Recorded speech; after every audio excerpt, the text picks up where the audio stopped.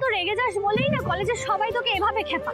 শোন, ওরা যদি শুধু আমাকে কিছু বলতো আমি কিচ্ছু মনে করতাম না। ওরা আমার বাবাকে কেন বলবে? আরে বাবা একটু শান্ত হ না, বাড়ি চ, সাবধানে বাড়ি চ, এখনো পরীক্ষা বাকি আছে, পড়তে হবে, চ।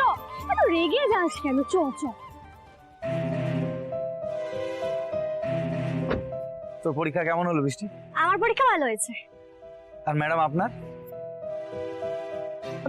শোন না, বলছি বাবা না ওই 2 নম্বর গেটে অটো নিয়ে ওয়েট করছে, আমি যাই। হ্যাঁ যা।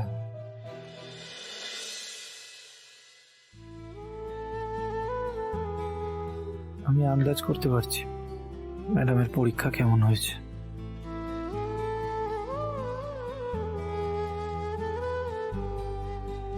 আসুন ম্যাডাম।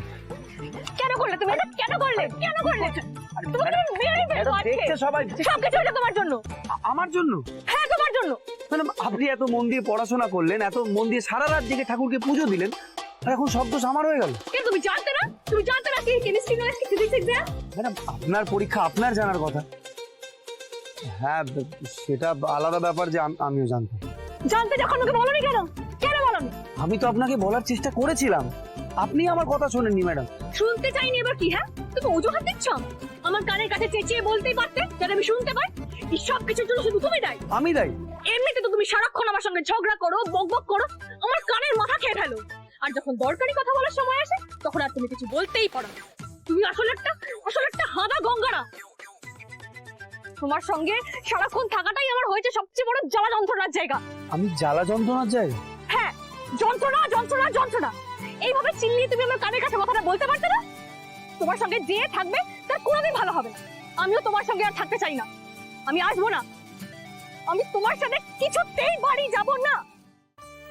ম্যাডাম আপনি না চাইলেও আপনাকে আমার সঙ্গে যেতেই হবে, কারণ রঙ্গিনী ম্যাডাম বলেছেন বাড়ি ফেরার সময় যেন কোনো সময় নষ্ট না করে।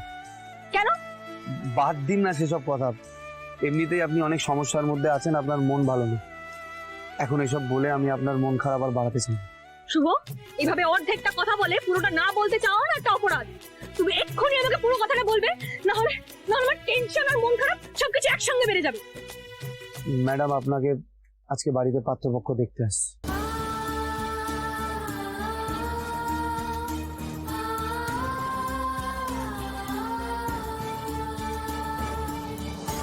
আজ আমাকে পাত্রপক্ষ দেখতে আসছে, মানেটা কি?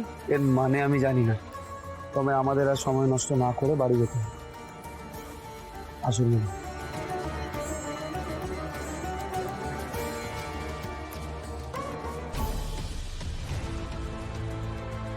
এবারও যদি পরীক্ষায় ওর রেজাল্ট খারাপ করে তাহলে ওকে আমি বাড়তে রাখবো না, ওকে বিয়ে দিয়ে দেবো আমি।